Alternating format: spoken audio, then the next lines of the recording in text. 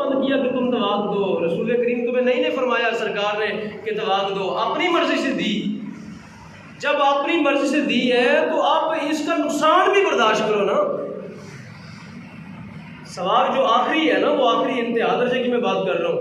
जब आपने एक फैसला किया कि मैंने कारोबार करना है, बिलफर्ज एक मिसाल दे रहा हूँ, कारोबार करना है, तो कारोबार में नफ़ा भी हो सकता है, नुकसान भी हो सकता है। कारोबार अपनी मर्जी से किया है ना, तो अगर नुकसान हो गया तो इस नुकसान को क्या करो, बर्दाश्त भी करने की हिम्मत भी पैदा करो अपने अंदर।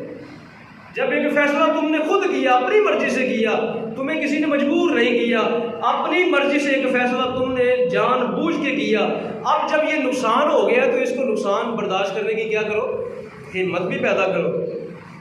एक बीबी गई है ना, और क्या हुआ है, एक बीवी यहाँ से गई है ना, और क्या हुआ है, यही नुकसान हुआ है ना। अल्लाह रब्बुल आलमीन फरमाते हैं कायनात में बड़ी वुसअत है, ये कुरान में आया, अल्लाह ने बड़ी वुसअत रखी है कायनात में, अगर एक नहीं तो फिर और कहीं से तुम्हें रिश्ता मिल जाएगा। कोई ऐसी बात नहीं है। तुम्हें मज़हब बदलने की क्या ज़रूरत पेश आई, तुम्हें मज़हब बदलने की क्या ज़रूरत पेश आई, तुम्हें झूठ बोलने की क्या ज़रूरत पेश आई, तुम्हें जो है वो लफ्ज़ बदलने की क्या ज़रूरत पेश आई, तुम्हें अपने लहजे क्यों बदलने की ज़रूरत पेश आई, तुम्हें मज़हब क्यों बदलने की पेश आई, माज किस लिए, एक बीबी के पीछे नहीं। मज़हब इतना सस्ता नहीं जो एक खातून के पीछे बदल दिया जाए। जब एक फैसला किया तो उस फैसले को बर्दाश्त करने की हिम्मत भी क्या करो अपने अंदर। जब लोग मेरे पास आते हैं ना मसला पूछने, मैं ये सबसे पहले उनको ये बात समझाता हूँ, कहते कह रहे फैसला तुमने कर लिया, अपनी मर्जी से किया है फैसला, एक फैसला तुमने अपनी, तो आप इस फैसले को जो है ना, इसके असरात को कबूल करो। कारोबार करते हो, नुकसान हो जाता है, बर्दाश्त कर जाते हो ना कि मर जाते हो। कारोबार के 2, 4, 6, 10, 20 लाख का नुकसान भी हो जाता है, तो बर्दाश्त कर जाते हो ना, उस नुकसान को कर जाते हो, तो इसको भी बर्दाश्त कर जाओ। वो बाद पैसों का नुकसान था, और ये अगर झूठ बोलोगे तो ये दीन का नुकसान होगा। झूठ बोलोगे, लफ्ज़ बदलोगे और कुछ और करोगे तो तुम्हारे आगे बच्चे पैदा होंगे, कई मसाइल खड़े हो जाएंगे तुम्हारे लिए। तो ज़्यादा सच बोलो, क्या करो, अगर ये लफ्ज़ बोल ही दिए हैं तो सच बोलो, क्या करो।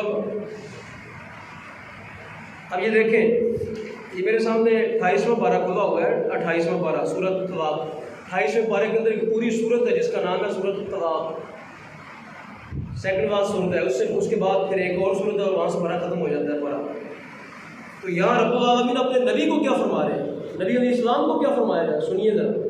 या अय्युहन नबी, या अय्युहन नबी, है नबी, ए गैब की खबरें देने वाले नबी। नबी का माना क्या होता है, गैब की खबर देने वाला। नबी का माना खुद गैब की खबर देने वाला। लफ्ज़ नबी का अरबी ज़ुबान के अंदर माना क्या है, गैब की खबर देने वाले। ए नबी, ए गैब की खबरें देने वाले, इज़ा तल्लक़्तुमुन निसा, जब तुम तलाक दे दो किसी औरत को, मुराद हुजूर की उम्मत को तलीम दी जा रही है, मुखातब सरकार दो आलम की ज़ात है और सरकार की उम्मत को जो है वो खिताब किया जा रहा है। फ़तल्लिक़ूहुन्ना, उनको तलाक का तरीका बताया जा रहा है। फ़तल्लिक़ूहुन्ना, फरमाया तलाक दो, लिइद्दतिहिन्ना, उनकी इद्दत के दिनों में। तलाक देने का शरई तरीका बताया जा रहा है कि तलाक कैसे देनी है तुम। औरत की शरई इद्दत किस तरह होती है, औरत की शरई इद्दत ये होती है कि जब औरत के पाकीज़गी के दिन होते हैं, जब औरत के क्या होते हैं, पाकीज़गी के दिन होते हैं, वो औरत की इद्दत के दिन होते हैं। तो गोया यहाँ पे कुरान ने तलाक देने का तरीका सिखाया कि अगर औरत को तलाक देनी है तो उसकी पाकीज़गी के दिनों के अंदर क्या करो, तलाक दो। यानी जो उसके नापाकी के दिन है उनके अंदर उसको तलाक दो। वो तलाक जो है वो देना मुनासिब नहीं है, वो उसको कहते हैं तलाक बिदअत। तलाक की 3 किस्में हैं। तलाक की कितनी किस्में हैं, तलाक देने के 3 तरीके हैं। तलाक देने के कितने तरीके हैं, तलाक देने का पहला तरीका यह है कि औरत के पाकीज़गी के दिन हो, पाकीज़गी के दिन हो और आप क्या करें, उस पाकीज़गी के दिनों के अंदर आप बीवी के साथ जो है जिमा ना करें, सोबत ना करें, उसके करीब ना जाएं, और उस पाकीज़गी के दिनों के अंदर एक तलाक दे दे। बस उसको कितनी दे दे, एक तलाक दे दे। एक दफ़ा उसको कह दे तुम्हें एक तलाक दे दे, आप उसको छोड़ दें। एक तलाक देने के बाद क्या करें, इसको अपनी इद्दत गुजारने दें। आपने तीन जो अय्याम तोहर हैं, 3 पाकीज़गी के दिन आएंगे, 3 महीने लग सकते हैं, 4 महीने लग सकते हैं, 5 महीने लग सकते हैं, ठीक है ना। जब औरत जवान हो तो उसके 3 पाकीज़गी के जब दिन आएंगे, जब वो गुजर जाएंगे तो इसकी इद्दत क्या होगी? एक ही तलाक दिया। कितनी तलाक दिया आपने? बस उसके साथ औरत खत्म। इसको कहते हैं तलाक़ अहसन।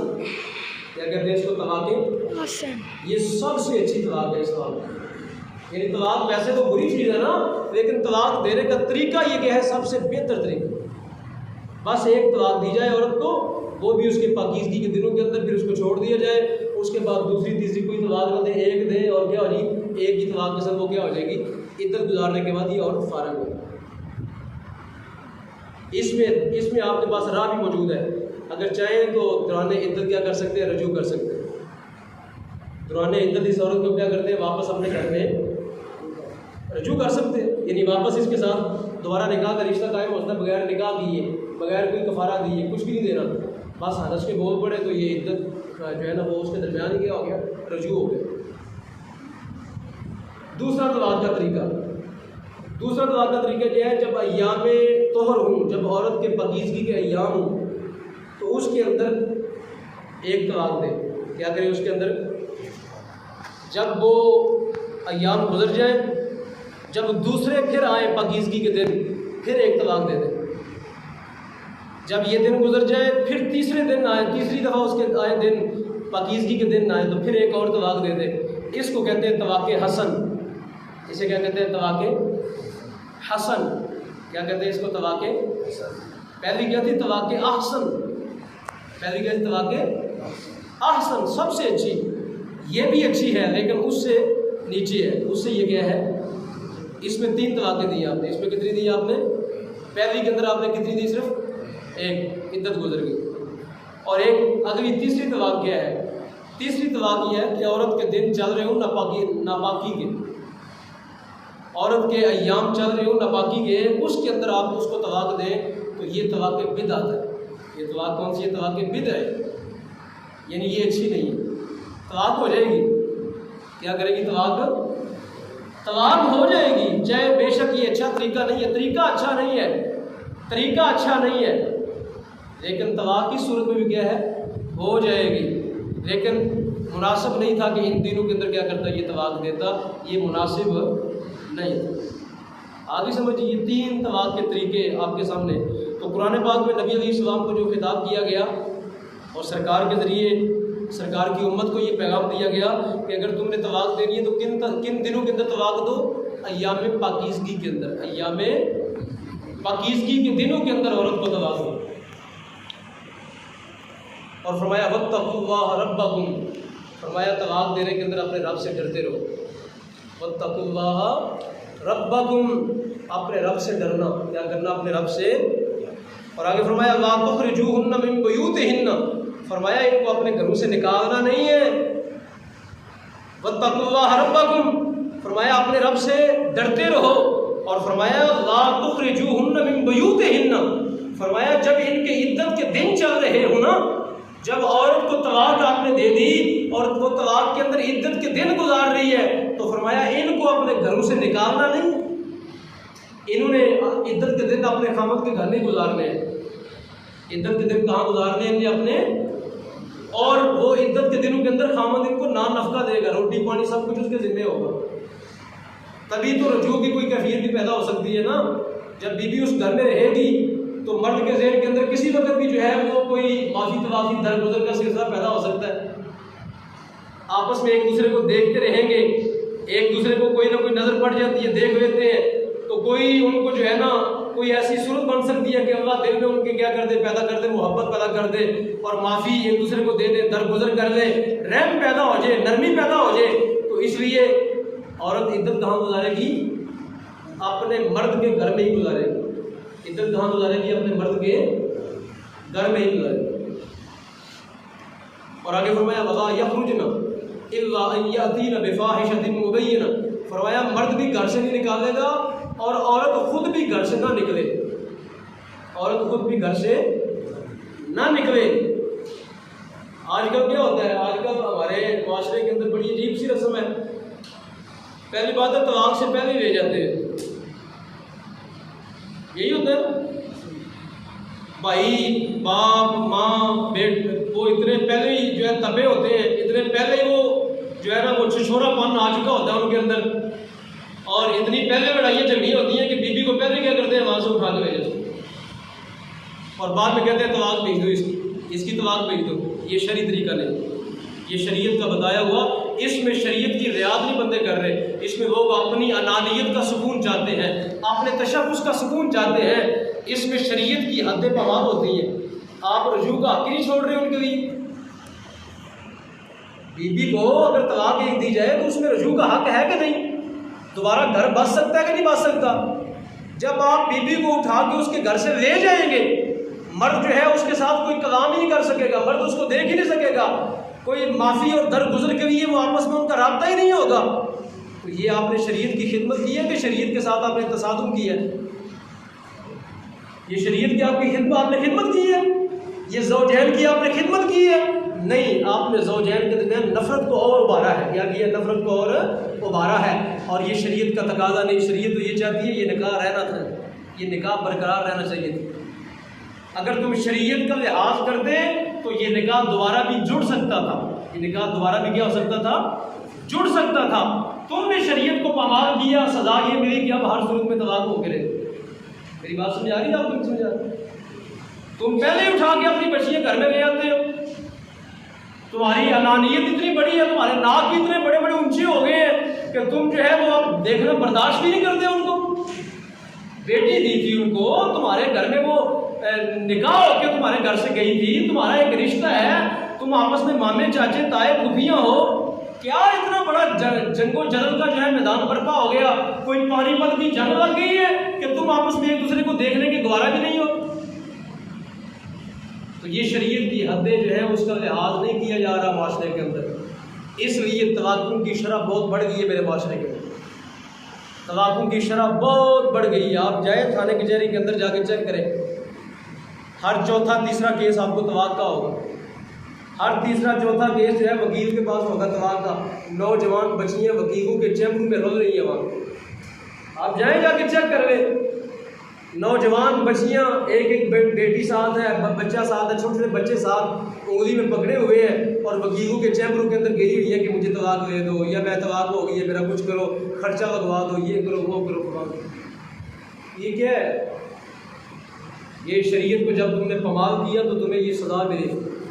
तुमने शरीयत का लिहाज नहीं किया, तुम्हें ये सज़ा मिली कि तुम अब जो है वो गली गली के धक्के खा रहे। अगर शरीयत की रियायत करते तो फिर मामला तुम्हारा और होता।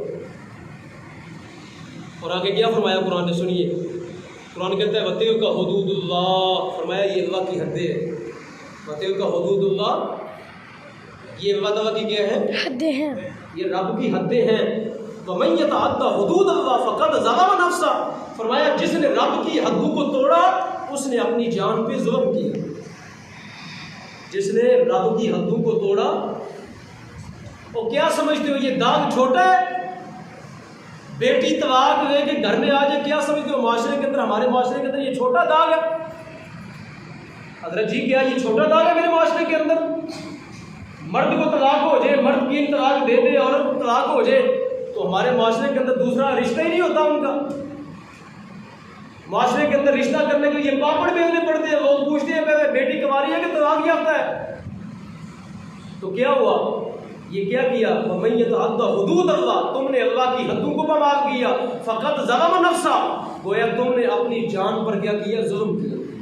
अगर तुम अल्लाह की शरीयत पर बरकरार रहते, रसूल करीम के बताए हुए तरीके पर बरकरार रहते, तो ये वाला दाग तुम्हारे माथे पे ना लगता। तो इसलिए सामने मोहतरम, ये तलाकों के फैसले जल्दी में ना करें। अगर तलाक का नौबत आ जाए तो किसी से मशवरा करें, किसी आदमी दीन से आके मशवरा करें कि यार ये नौबत यहाँ तक आ गई है, कोई सुलह सुलही का कोई तरीकाकार हो सकता है कोई आदमी दीन आपको बेहतर रहनुमाई कर दे। अगर ना भी हुई तो कम से कम तुम्हें तलाक देने का वो तरीका सिखा देगा। मेरी बात समझिए, अगर कोई ना भी सुलह होती हुई ना तो तुम्हें तलाक देने का सुन्नत तरीका वो सिखा देगा कि ये सुन्नत तरीका है तलाक देने का। तुम तो क्या करोगे? तुम तो ये कहोगे ना तलाक तलाक तलाक, फारग, खत्म। ये कौन सा जो है ना ये तरीका जो है ना इसको कौन सा तरीका कहते हैं? बिदअत। क्या कहते हैं इसको? तलाक बिदअ इसको कहते हैं। तो सामने मोहतरम, इसलिए हजरत ये मेरे पास देखें, ये सियासत की किताब है अबू दाऊद शरीफ है, इसके अंदर ये हदीस पाक है, ये देखें जरा अबू दाऊद शरीफ,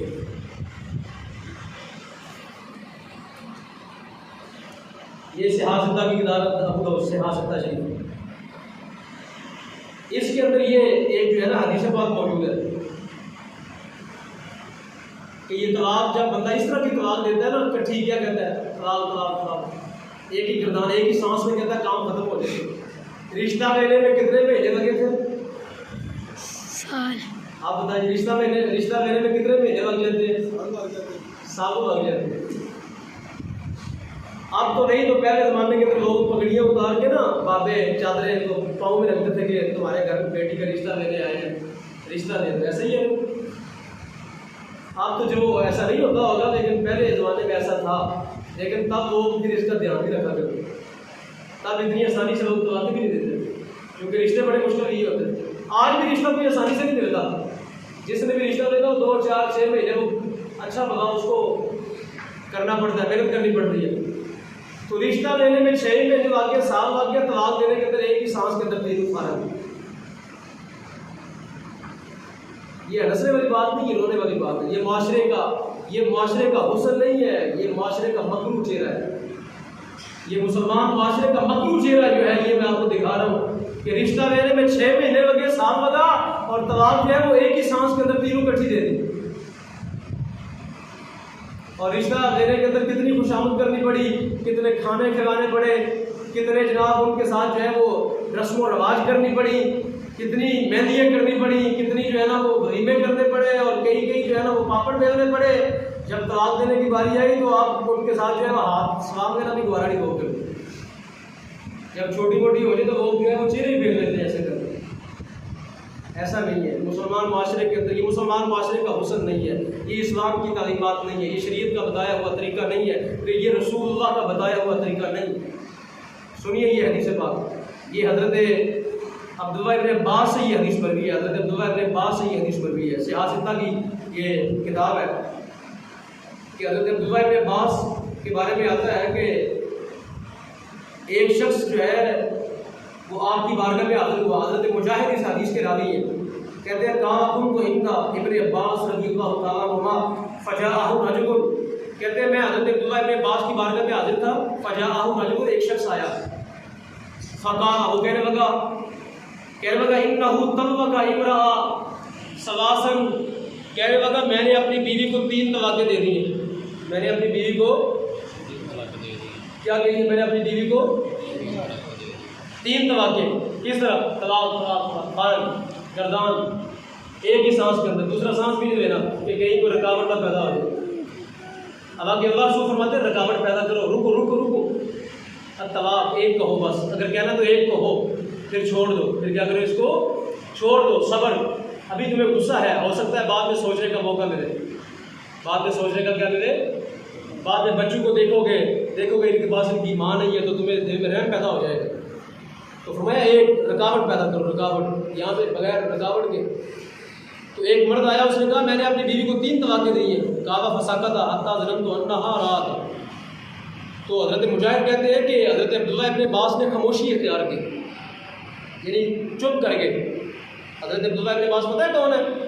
ये नबी करीम अलैहिस्सलाम के चचा ज़ाद है, हज़रत अब्बास के बेटे हैं। किसके बेटे हैं? हज़रत अब्बास के बेटे हैं। हज़रत अब्बास कौन है? ये अब्दुल मुत्तलिब के बेटे हैं, तो सरकार के चचा लगे।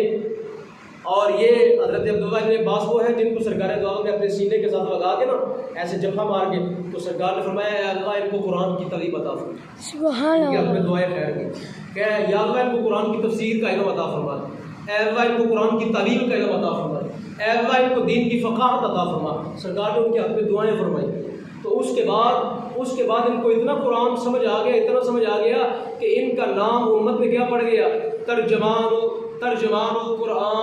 कुरान का तर्जमान है ये शख्स, यानी कुरान की फ़िक़्ह अल्लाह ने इतनी अता फरमा दी।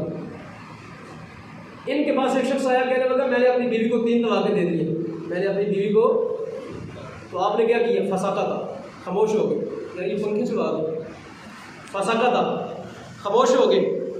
हत्ता ज़नन्तु अन्नहु राद्दहा इलैहि, जो साहबी इस रवायत को करते हैं ना, बयान करते हैं, वो कहते हैं मैंने ये गुमान किया, जब उनकी खामोशी मैंने देखी ना, हज़रत अब्दुल्लाह इब्न अब्बास रज़ियल्लाहु ताला अन्हुमा की, जब मैंने उनकी खामोशी देखी तो मैंने ये गुमान किया कि शायद ये आर्डर देंगे कि अपनी बीवी को वापस अपने घर में ले जाओ। कहते हैं मुझे ये गुमान हुआ कि शायद आप ये फरमाएंगे कि अपनी बीवी को क्या करो, वापस अपने घर में ले जाओ, बीवी को लौटा देंगे, उसके घर में बीवी को क्या करेंगे? लौटा देंगे। सुम्मा काला, फिर थोड़ी देर के बाद खामोशी टूटी। मुफ्ती हैं, इस्लाम के सबसे मुफ्ती हैं, बड़े सरकार दो आलम के साहबी हैं, मुफ्ती हैं, इस्लाम के तर्जमान हैं। थोड़ी देर के बाद खामोशी टूटी। यंतलिकु अहदुकुम फयरकबुल हमूकता, तो लफ्ज़ क्या फरमाए? आपने फरमाया तुम में से कोई बंदा जो है वो जल्दबाजी करता है, तुम में से कोई बंदा क्या करता है? जल्दबाजी करता है। और क्या करता है? फयरकबुल हमूकता, हमाकत का इर्तिकाब करता है। क्या करता है? उस वक्त पागल हो जाते हो जब कट्ठी कहते हो 3 तलाक़ें, तलाक कहते हो, तो फरमाया उस वक्त पागल हो जाते हो। उस वक्त नहीं सोचते कि मैं कट्ठी 3 दे रहा हूँ, मेरे लिए गुंजाइश नहीं बचेगी, मेरे लिए कोई गुंजाइश और रास्ता ही नहीं बचेगा। तो फरमाया हमाकत का इर्तिकाब करते हो। आगे क्या वक्त फरमाया सुम्मा यकूलु, फिर आते हो मेरे पास, सुम्मा यकूलु, फिर फरमाया आते हो मेरे पास और क्या कहते हो? या इब्न अब्बास, या इब्न अब्बास, या इब्न अब्बास, या इब्न अब्बास। कुरान क्या? फिर आगे कहते हो इब्न अब्बास मेरा कुछ करो, मेरा कुछ करो, मेरा कुछ करो। फिर लोग आते हैं ना मौलवियों के पास, मुफ्तियों के पास, कहते जी हूँ राह कड्डो कोई। क्या कहते हैं आगे? कोई हज़रत अब्दुल्लाह इब्न अब्बास कहते हैं, फिर मेरे पास आते हो और आगे कहते हो या इब्न अब्बास, या इब्न अब्बास, या इब्न अब्बास। मतलब क्या होता है? आगे ये कहते हो राह निकालो, पहले हमाकत का इर्तिकाब करते हो, 3 तलाक़ें इकट्ठी देते हो और फिर आके कहे मेरे पास कहते हो या इब्न अब्बास है, इब्न अब्बास है, इब्न अब्बास। तो फरमाया आपने कुरान की ये वाली आयत पढ़ी, ये मेरे सामने कुरान भी खुला हुआ है और हदीस भी, दोनों चीज़ें मौजूद है। आपने ये वाली कुरान की आयत पढ़ी, ये इसके अंदर मौजूद है। आपने फरमाया तुम्हें पता नहीं रब्बुल आलमीन ने क्या फरमाया कुरान में? फरमाया इन्नल्लाहा काला व मन यत्तकिल्लाह यजअल लहू मखरजा। फरमाया तुम्हें पता नहीं रब ने अपने कुरान में क्या फरमाया है? जो रब से डरेगा राह उसको मिलेगी, जो रब से डरेगा राह उसको मिलेगी। तुम रब से डरे नहीं हो, तेरे लिए राह भी बाकी कोई नहीं। बात समझे आपको? फरमाया तुमने रब का लिहाज कोई ना किया, तुमने बीवी को 6 महीने लगे रिश्ता लेने में और शादी करने के अंदर कितने पापड़ बेलने पड़े और तुमने एक ही सांस के अंदर 3 तलाक़ें इकट्ठी दे दी। तो फरमाया तुमने रब का लिहाज नहीं किया, रब के कुरान ने अब तेरा भी लिहाज कोई नहीं। बात समझे आपको? फरमाया रब ने कहा, फरमाया रब ने कुरान में फरमाया जो मुझसे डरेगा ना, वमन यत्तकिल्लाह, लफ्ज़ समझ रहे हैं? वमन यत्तकिल्लाह, जो अल्लाह से डरेगा क्या होगा? यजअल लहू, अल्लाह बनाएगा मखरजा, अल्लाह उसकी तंगी में उसका रास्ता बना देगा। क्या बनाएगा अल्लाह पाक? उसका मखरज किसे कहते हैं? और ये रेलवे स्टेशन पे जाए ना आप, ये एयरपोर्ट पे जाए तो क्या लिखा नहीं होता वहाँ पे? एग्जिट, एग्जिट लिखा होता कि नहीं लिखा होता? मखरज, मखरज का मतलब क्या होता है? तंगी से निकलने का रास्ता, बाहर निकलने का। वही कुरान ने वही लफ्ज़ मखरज, एग्जिट।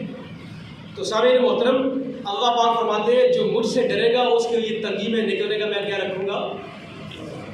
जो डरेगा, मतलब यह है कि जिसने 3 तलाक़ें इकट्ठी दी वो डरा नहीं है, उसने अपनी मन और मर्जी की है। तलाक का तरीका बताया ना, तलाक का तरीका क्या है कि 1 तलाक दे दो, बस क्या करो? 1 दे के छोड़ दो, गुस्सा भी तेरा गुस्सा भी निकल गया और तलाक भी हो गई। अगर गुस्सा निकाल नहीं तो 1 तलाक के बस दे के छोड़ दो, बाकी फिर तुम्हें सोचने का मौका मिलेगा। 2 तलाकों का इख्तियार भी तुम्हारे पास क्या है? 2 तलाकों का इख्तियार तुम्हारे पास क्या है अभी? तो आगे हज़रत अब्दुल्लाह इब्न अब्बास कहते हैं व इन्नका लम तत्तकिल्लाह, फरमाया तू रब से डरा नहीं, तू रब से डरा नहीं।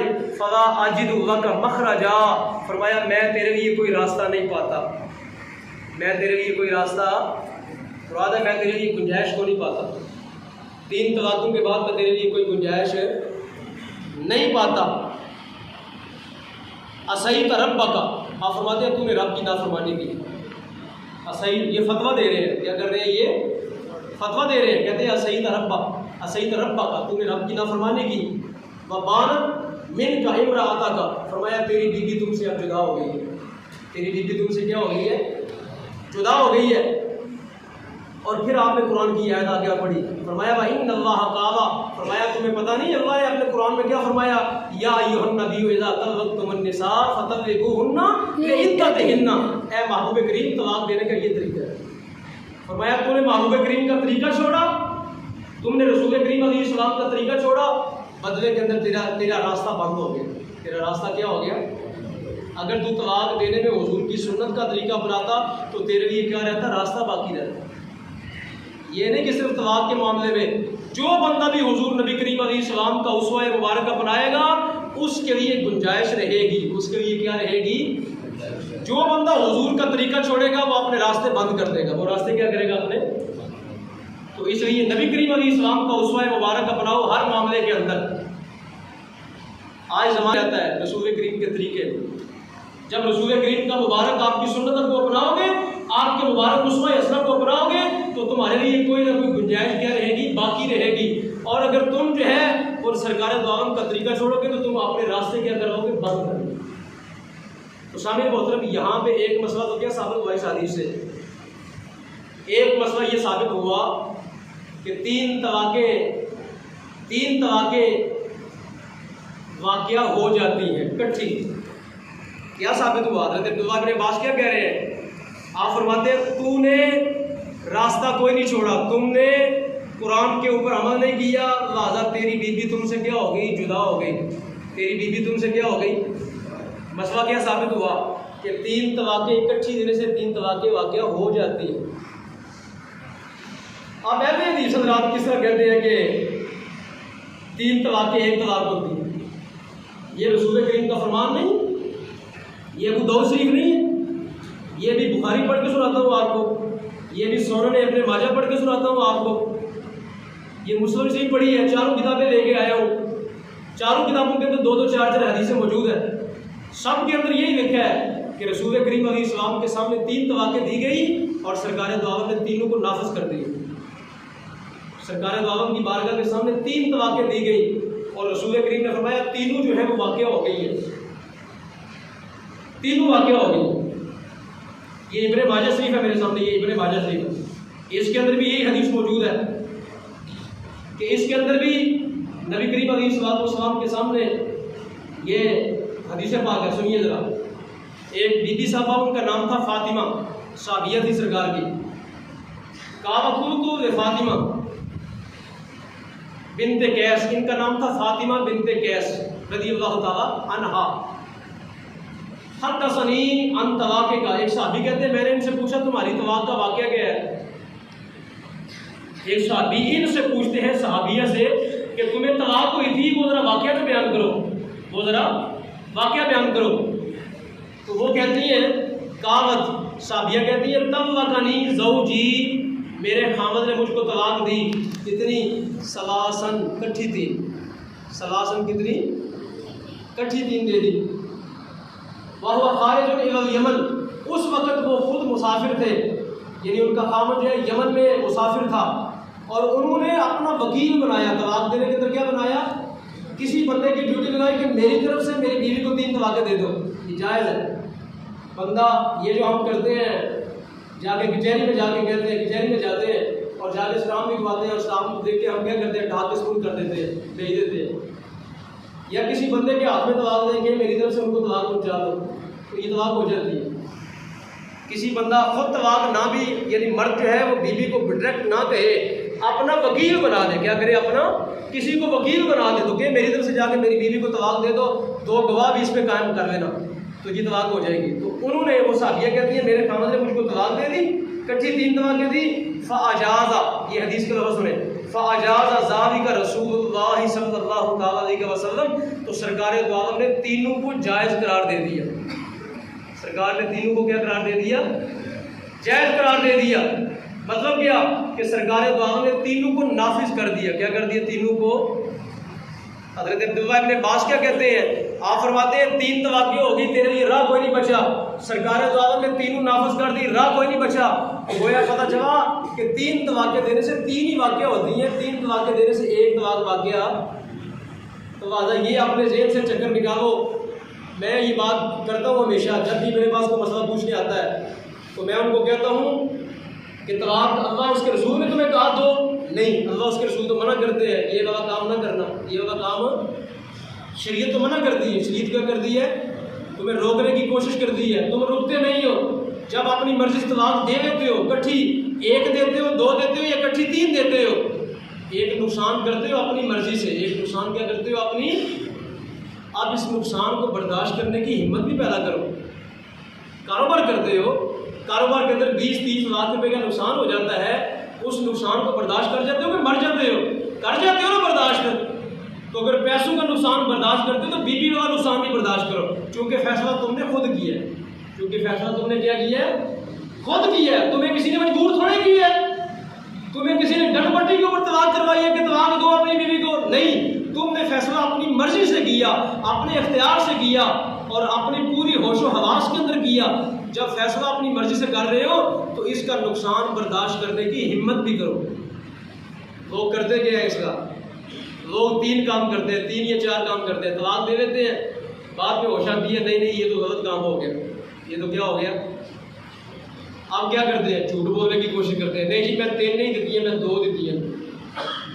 2 देती है तो ठीक है भाई, किसी मौलवी को की जरूरत है तेरे तलाक करवाने दी? मेरे को तू आपने मसला पूछना कि कहना 2 देती है, तो मुझे क्या जरूरत है? मैं आप कहूँ कि आपने 3 दी है, आपने 2 दी है तो 2 दी है। झूठ बोल रहे हो तो आप बोल रहे हो। बच्चे हराम बच्चे जो है वो आपके नहीं होंगे, हलाली पैदा नहीं होंगे तो आप क्यों होंगे? कोई मौलवी तो मजबूर थोड़ा ही करता है कि मैं 2 को 3 कहूँगा। आप 3 को 2 कर रहे हैं, किसी मुफ्ती को 2 को 3 करने की जरूरत नहीं है।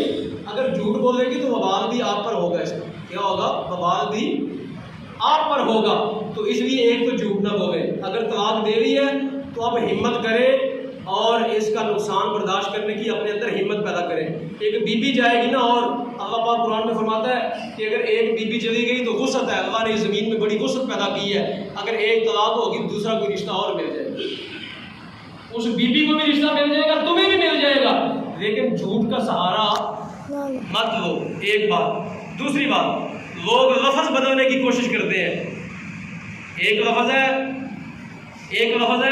अरबी ज़ुबान में कहता है मैंने अपनी बीबी को तलाक दी, एक ये लफ्ज़ है। एक लफ्ज़ है अपनी बीबी को कहता है मेरे घर से दफ़ा हो जाओ। ये 2 अलग अलग लफ्ज़ हैं। वो क्या है? इन दोनों का हुक्म अलग अलग है। इन दोनों का हुक्म क्या है? तो आप किसी से पूछते हैं ना, तो पूछने के बाद लफ्ज़ बदलने की कोशिश करते हैं, तो बदलो। अगर ये बदलोगे तो किसी मुफ्ती के ज़हन पे क्या असर पड़ेगा? आप बदल रहे हो, आपका मसला खुदा के साथ है, रसूल करीम के साथ है, आप बदलोगे, जिम्मेदार आप होगे। शरीयत आपसे पूछेगी, मरना तुमने है, कब्र में तुमने जाना है। शरीयत तुमसे तकाज़ा करेगी लफ्ज़ क्यों बदला था, और आखिरत के अंदर जवाब दे तुमने होना है, किसी और ने जवाब दे। तो आपको बात नहीं समझ आ रही? किसी और ने जवाब दे, तुम बदल रहे हो, तुम इसके जवाब दोगे, तेरी मर्जी है। अगर तुम्हें खौफ खुदा है तो तुम शरीयत के अंदर सही मसला पूछोगे, गलत बात करके मसला नहीं पूछोगे। 2 बातें। तीसरी बात, लोग कहते हैं चलो ये अहले सुन्नत वाले हनफी लोग, शाफी, मालिकी, हम्बली, ये चारों जो आइम्मा हैं, कौन कौन? हज़रत इमाम आज़म अबू हनीफा, इमाम शाफी, इमाम मालिक, इमाम अहमद बिन हम्बल, इन चारों को क्या कहते हैं? अहलुस सुन्नह वल जमा। इनको क्या कहते हैं? लगता है आपको गर्मी ज़्यादा लग रही है, आप बोल ही नहीं रहे। इन चारों को क्या कहते हैं? अहले सुन्नत वल जमा। इन चारों आइम्मा के मानने वालों को क्या कहते हैं? अहले सुन्नत। और जो इनको नहीं मानता फिर उसका कोई नाम और होगा, उसका नाम कुछ और होगा। उसका नाम अहले हदीस भी वो अपना नाम रख सकते हैं, गैर मुकव्विर भी रख ले, वादी भी रख ले, जो रखना है उन्हें रख ले अपना नाम। जो इन चारों को मानता है वो क्या है? अहलुस सुन्नह वल जमा। इन चारों आइम्मा के नज़दीक, चारों और पूरी दुनिया के अहले सुन्नत, इस वक्त पूरी दुनिया के अंदर जो अहले सुन्नत है वो सवाद आज़म है, सबसे बड़ी जमात है। और रसूल करीम का फरमान है इत्तबिउ सवाद आज़म, सरकार फरमाते हैं सवाद आज़म की पैरवी करो। किसकी पैरवी करो? हुजूर फरमाते हैं सबसे बड़ी जमात की पैरवी करना। और सरकार की एक हदीस है, सरकार फरमाते हैं यदुल्लाहि अलल जमा, सरकार फरमाते हैं अल्लाह का दस्ते मुबारक किस पर है? जमात पर। अल्लाह का दस्ते मुबारक किस पर है? और एक और हदीस है, सरकार फरमाते हैं मन शज़्ज़ शुज़्ज़ फिन्नार, फरमाया जो जमात से टूटा वो जहन्नम में गया। जो जमात से टूटा वो किस में गया? जो जमात से टूटा वो किस में गया? अहले सुन्नत व जमात का ये मज़हब है, चारों आइम्मा के नज़दीक पूरी उम्मत का इजमा है। पूरी उम्मत का इजमा जो है ये शरीयत की नज़र में हुज्जत है। ये शरीयत की नज़र में क्या है? शरीयत की नज़र में चार चीज़ें हुज्जत है, कुरान, हदीस, इजमा, क़ियास। कुरान, हदीस, इजमा और क़ियास, ये चारों चीज़ें शरीयत की नज़र के अंदर हुज्जत का दर्जा रखती हैं। अहले सुन्नत के चारों आइम्मा के नज़दीक तीन तलाक़ें तीन ही होती हैं। तीन तलाक़ें क्या होती हैं? तीन ही होते हैं। यानी जब कोई बंदा तीन तलाक़ें दे तो उसको एक नहीं बनाया जा सकता, उसको एक नहीं बनाया जा सकता। अब कोई बंदा कहता है जी इधर से तो मुझे फतवा मिलता नहीं, ये तो मौलवी नहीं फतवा देता मुझको, तीन को एक नहीं करता, तीन को एक नहीं करता। अब मेरे पास रास्ता क्या है? चलो अहले हदीसों के पास, चलो गैर मुक़ल्लिदीन के पास, जो अहले सुन्नत में से नहीं है, जिनका ताल्लुक अहले सुन्नत व जमात में से नहीं है, उनके पास चलो। उनके पास जाता है बंदा, वो क्या कहते हैं? वो कहते हैं तेरी तीन तलाक़ें थी, ये तो एक है। ये तो क्या है? उनने तीन को बदला क्या बना दिया? वो कहते हैं जा तेरा निकाह बरकरार है, तेरा निकाह क्या है? अब ये बंदा मुतमिन हो गया कि मुझको मौलवी ने फतवा दे दिया है, इसके बदले में क्या करना पड़ा इसको? पहला नुकसान क्या हुआ? बीवी के पीछे मज़हब बदलना पड़ा। ज़नानी रखने वास्ते क्या करना पड़ा? मज़हब बदल। एक बीवी बचाने के लिए, बीबी साहबा को बचाने के लिए झूठ बोलना पड़ा। और झूठ के अंदर क्या करेगा ये बंदा? अब अहले सुन्नत में से खारिज होगा और निकलेगा वहाँ जाएगा जहाँ इसने जाना है। ठीक है, एक बीबी के लिए झूठ बोला इसने, या लफ्ज़ बदले या मज़हब बदला, या क्या किया? मज़हब बदला। तो सामीन मोहतरम, मज़हब को इतनी सस्ती चीज़ है। और ये कुरान और सुन्नत, मैंने आपके सामने दो हदीसें पढ़ी हैं, अभी बाकी बहुत मौजूद है, वक्त ख़त्म हो गया। बाकी बुखारी मुस्लिम की सब हदीसें पढ़ी हैं जिसके अंदर तीन तलाक़ों को क्या शुमार किया गया? तीन ही शुमार किया गया। और रसूल करीम ने खुद शुमार किया, रसूल करीम ने खुद फतवा दिया, सहाबा ने खुद फतवा दिया। तो अब रसूल करीम सल्लल्लाहु अलैहि वसल्लम का तरीका छोड़ के कोई बंदा किसी और तरीके पर जाएगा तो ये कोई सस्ता सौदा है? ये कोई उसने बहुत कोई बुरा सौदा तो नहीं कर रही है उसने?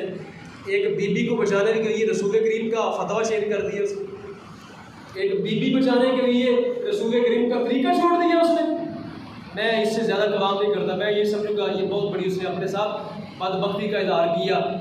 तो इसलिए सामीन मोहतरम, अगर तलाक दे दे तो उसको बर्दाश्त करने की अपने अंदर क्या करें? हिम्मत पैदा करें। मर्द है ना, तो तलाक दे दिया, हो गई है, फिर क्या हुआ? हो गई, हो जाती है तलाक़ें।